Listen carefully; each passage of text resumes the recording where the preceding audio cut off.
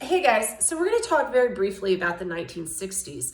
There's a lot of change that goes on during this decade. It's very tumultuous. Some of this change is certainly for the good. Some of it is confusing. A lot of it is pitting people against each other as things move very quickly, and various movements that I'm sure you are familiar with take place. We've talked about the civil rights movement.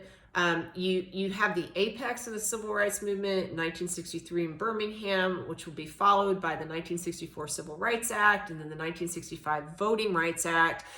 Very hugely important that all began in the 1950s, and we're going to kill Jim Crow, and that bastard needed to die. So good, yay. Okay, but there are other things that are going on. And hey, by the way, that creates a lot of tensions in the country. There's a lot of infighting that takes place as a result of the civil rights movement. But on the coattails of the civil rights movement, you're going to have other movements, other social movements, and they're often going to put themselves in the frame of Black Americans as different oppressed groups. So some of these are the feminist movement and also further advances for the LGBTQ community. So let's look at women first. So you got this lady named Betty Friedan. Betty Friedan writes a book called The Feminine Mystique. You do need to know that, okay? The Feminine Mystique kind of puts forth this idea that in the 1950s, women had essentially everything that they could ever dream of, or that they were told they were supposed to dream of, right? They've got the white picket fence, they've got the 2.5 kids. I don't know how you have 2.5 kids, but that's always what I heard. 2.5 kids is how many people are the ideal. So you've got the white picket fence, the 2.5 kids, the cars, the husband who's like Ward Cleaver, you wear pearls while you're washing your dishes. Everything should be great and fabulous. And yet a lot of women who went to college, like Betty Friedan, are going to find themselves not fulfilled by this image, right? It kind of goes back to that homogeneity of the 1950s that I talked about before. Now, I want you to understand there is nothing wrong with being a homemaker who is raising children. I remember asking my grandmother when I was a teenager, hey, Granny, what did you want to do when you grew up? And she said, Barbara, I always wanted to raise kids. And she did. And she helped run a farm, and she supported my grandfather, and she did all kinds of amazing things. She would not have fallen in Betty Friedan's camp, and that was fine. But what Betty Friedan wanted to do is kind of open up choices for women, because perhaps my grandmother's path was the only path you could go down. It's not that it was a bad path, but it was the only path. So the feminine mystique is like, ladies, maybe we can do something else. And this is the beginning of something called second wave feminism. All right. So sometimes Betty Friedan will be criticized because in the feminine mystique, she belittles some of that, my grandmother's path, because she'll say things like marriage is, or women are living in well-appointed concentration camps. Well, I mean, that's a bit hyperbolic, right? You know what concentration camps are. I don't, Betty.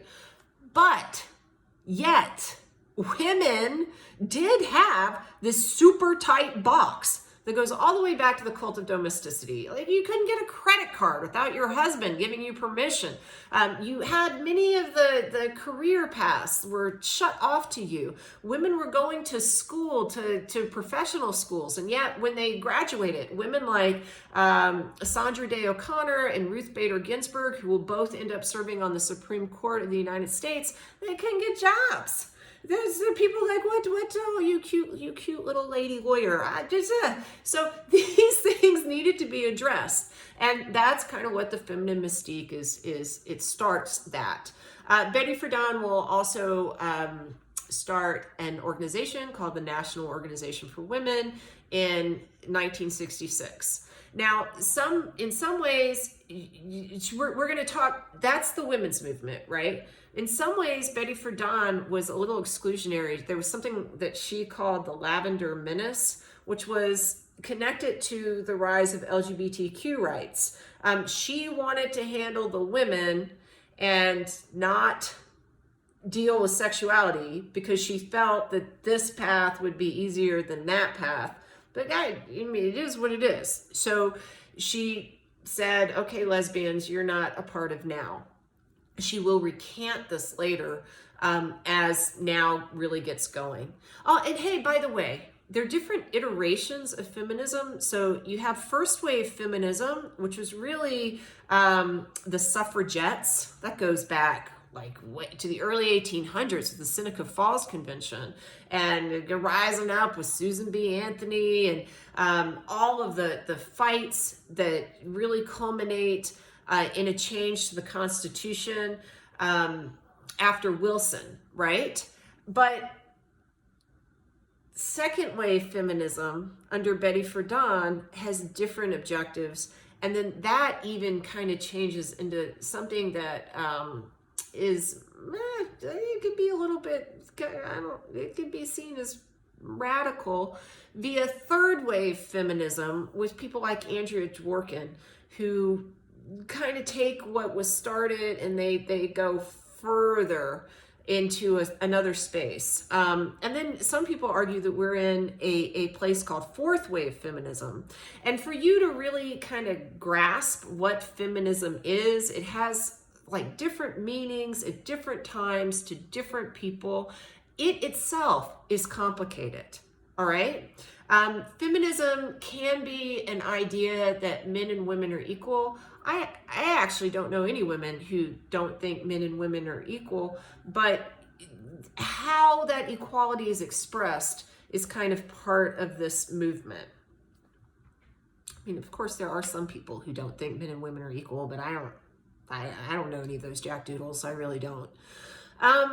So the LGBT movement, let's talk about that.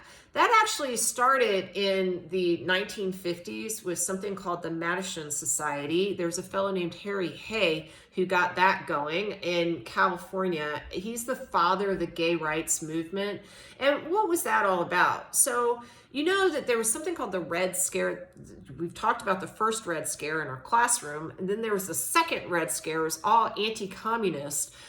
There was also something called the Lavender Scare. And what was that all about? It was about rooting out people who were homosexual from various jobs and firing them. And there was nothing, toleration was not part of the thing. And the Mattachine Society is going to have an argument within itself. It's gonna create like a push, an organized push for more political rights for homosexuals, because you don't want to feel as if you have to hide who you are. But you're also going to have a debate within the Mattachine Society that I find really fascinating. Harry Hay pushed for people understanding their sexuality is the core of their identity. Like you are gay, right? There are other people who, like, you define yourself as gay. There are other people in the Mattachine Society who push against Harry Hay and say, look, man, it's not, I mean, I am gay, but that's just like an adjective about me. Kind of like, you know, I'm a brunette. But I'm really this person, and my sexuality is secondary. I don't like society treating me solely because of this identity marker in this way. So within the Mattachine Society, there was a group who said, we don't like that being essential to how other people define us. We just don't want people to oppress us because we are gay. So it's more like, okay, Harry Hay is, I am gay, that is the thing you see. And the other group in the Mattachine Society is like, I am Susie Q, who is gay as well. Does that make sense?